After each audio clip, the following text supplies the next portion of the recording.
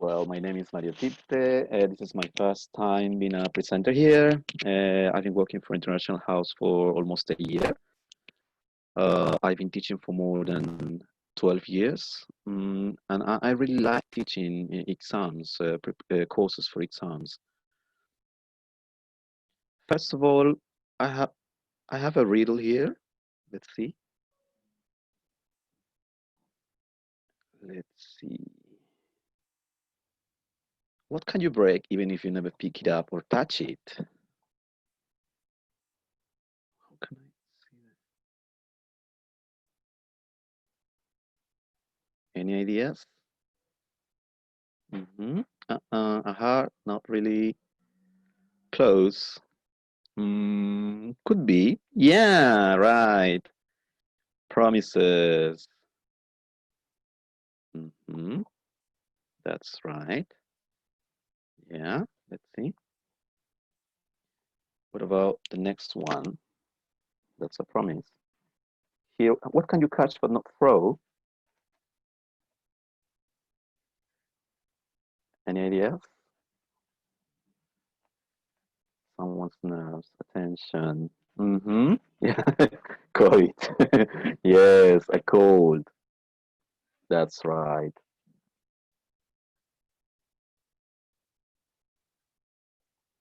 Yeah, that's a cold. hmm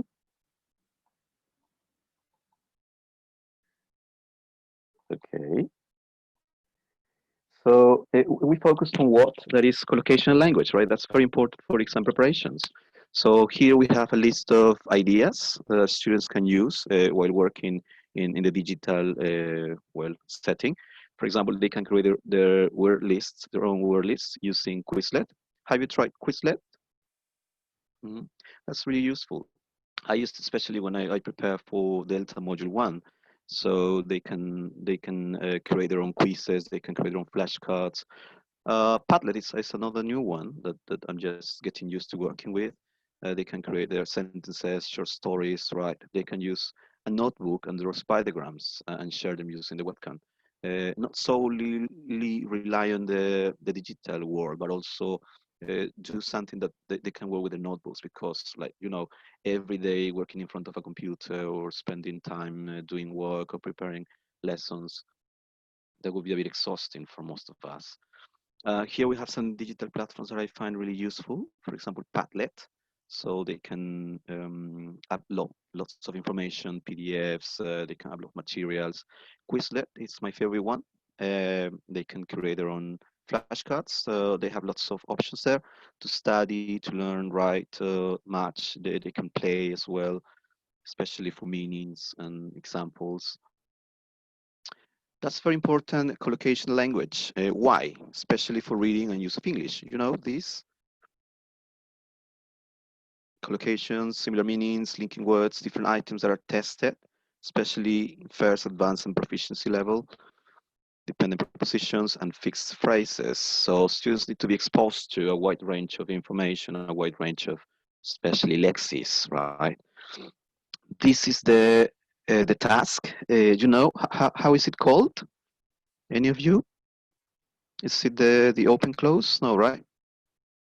This is the multiple choice. That's very important. So this is a text, right? So a text testing, especially reading comprehension and also vocabulary, fixed phrases, as I said before. So a good tip could be to introduce the topic by speaking, so it can be linked to speaking part one. For example, here, using the picture to create interest. Some questions you can use the breakout rooms in order to assign students, and so it's going to be less intimidating. And then here for the reading part, I just extracted a part of the text, the first paragraph, and without the options, without the four options students are supposed to choose from. And you can practice here skimming, also predicting the information, what comes next in the text, right? Without paying attention to the options. This is really, really important to develop reading skills. Another possibility is using the options. You can ask students to think about the words they need to complete the gaps, right? Or also ask them to do more about exams training. So, what does it test? Does it test collocations, phrasal verbs, fixed phrases, or grammatical structures, or maybe nuances in meaning for upper levels such as C1 or C2? This is going to be really effective and students like you can work with slides or PPTs or also with Padlet as homework. There's another one activity I really liked is you can choose from the options, the ones that are wrong, I mean the distractors, and place them into the options, into the gaps. So then you ask students why the answers are not correct, right? So they can discuss in the groups, in the small groups, think of why these words are wrong. Is it a problem with it's not the wrong location, it's the wrong location maybe, it's not the correct fixed phrase, or maybe the dependent preposition doesn't fit, right? And they need to justify the choice. So it's very important, allow students for reflection, so reflect on the answers, and also, don't feel frustrated if there's silence in the room. I mean, in the virtual room, because it's important for students to process the information, and also, there are lots of interference probably with the internet connection. So it's okay. That's why it's very important to set the task and give clear instructions, if possible, write instructions on the slides. And then obviously allow time for real practice, that is, give them time, right? So the whole task, this is taken from the exam booster for fast. Good news, because they've been released by Cambridge, so it's free. You can download the books, exam booster for FCE and for CAE, and also for preliminary, I think. And you can have also the script and the audio files. That's really good. Other resources I like using is, for example, here the Learn English by the British Council, so they can practice more reading. They can improve vocabulary. So here you have different topics according to the levels. This is really useful for them. So to promote intensive reading and also extensive reading, because there are tasks. And also they can pick up their own the reading text that they really like according to different topics. What I really like that is it's categorized into like levels, like A1, A2, B1, B2. So they just choose the one that they really like. For example, here, millennials in the workplace, right? So here you have also the PDF and also some questions hmm about general understanding, about detailed information. That's such an educational tool. Now, listening. It's one of the hardest parts for my students is these listening exercises, right?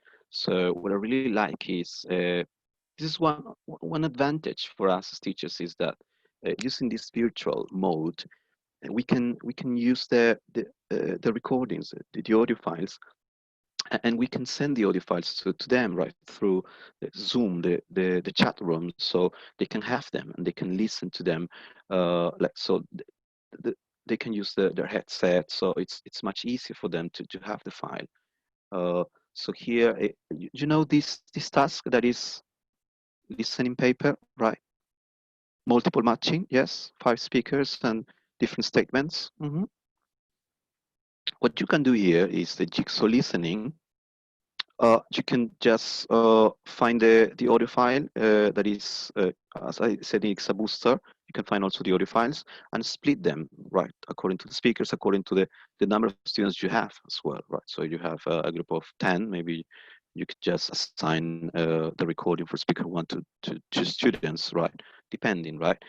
So here, different activities you can do. You can ask students to summarize what they heard, right? If you're focusing on gist, use true, false general statements about the recording, listening for detail, ask them to copy down phrasal verbs, idioms, vocabulary, and then they can share them in their small groups, in the breakout rooms. They can do individually, and then they can share them, right? Mm, Obviously, we need more time to prepare these, right? but we got lots of tools here. For example, something that I found really useful is the audio trimmer that is online and for free. You just upload the recording, right, the file, and you can split it here. That is the web page, audio trimmer. You don't need to pay, you don't need to download the application. No, it's just there on the computer online, what you can find it. You can just break the file into different bits, right? So you can assign students different files, different bits of them to do this jigsaw listening activity. It was really interesting to do it. Hmm. And then obviously do the whole task. Hmm. Once they're exposed, that is much easier for them. Here we have free exam boosters, as I said, that is the Cambridge web page. You can find the boosters for free right here, for example, for first and B2. You can also find for C1, I think. TEDx is a good source of information.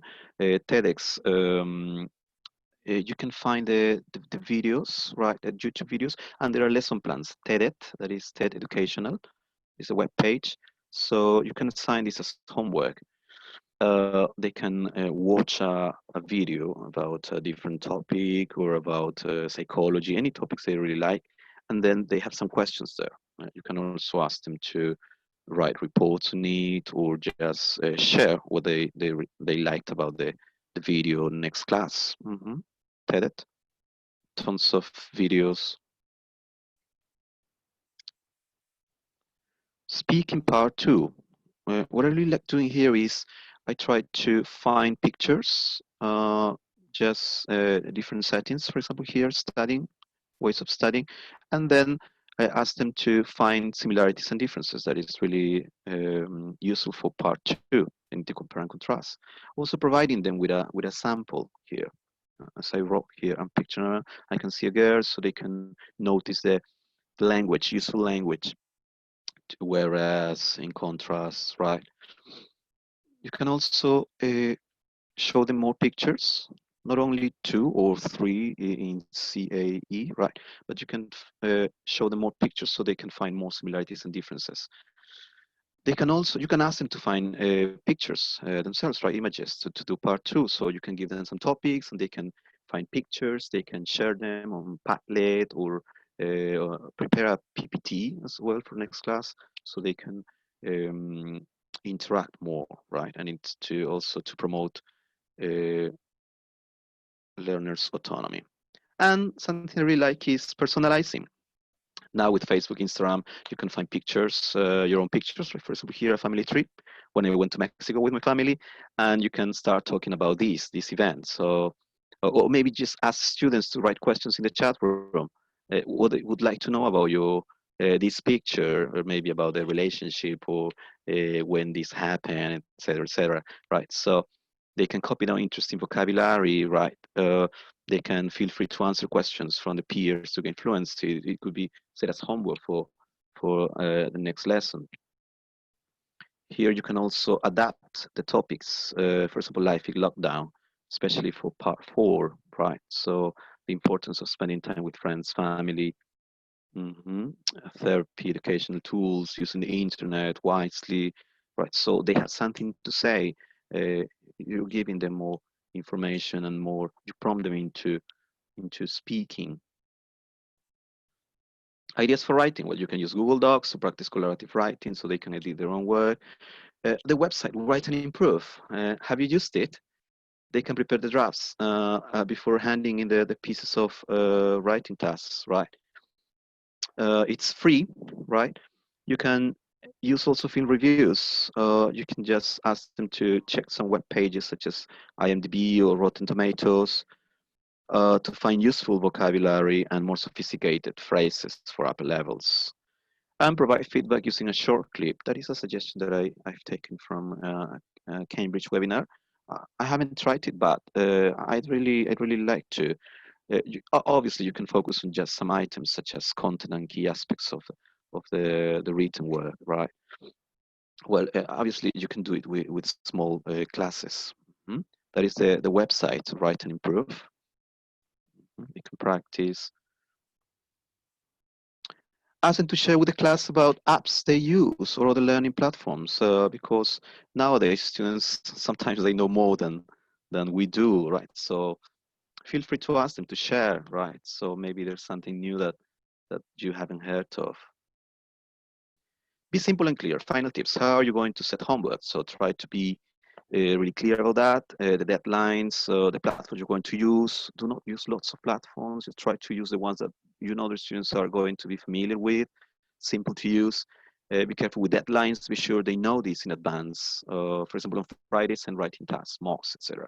There should be a balance between skills and strategies, like reading skills and also exam strategies. Do it within 2 minutes time, or finish or answer all questions, and allow for fun in class. You can use games, you can use papers like this.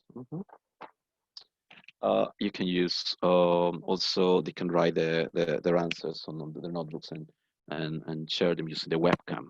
And not all should be in front of the screen, because it's a bit well, boring sometimes to spend lots of time there. Well, that's all. I hope you liked the session. Thanks for your attention. Thank you very much, Mario. Perfectly timed as well. Thank you. If you're and you're already new to switch off your slides, brilliant. Thank you. There are lots of useful sites for people. Yeah. Let me just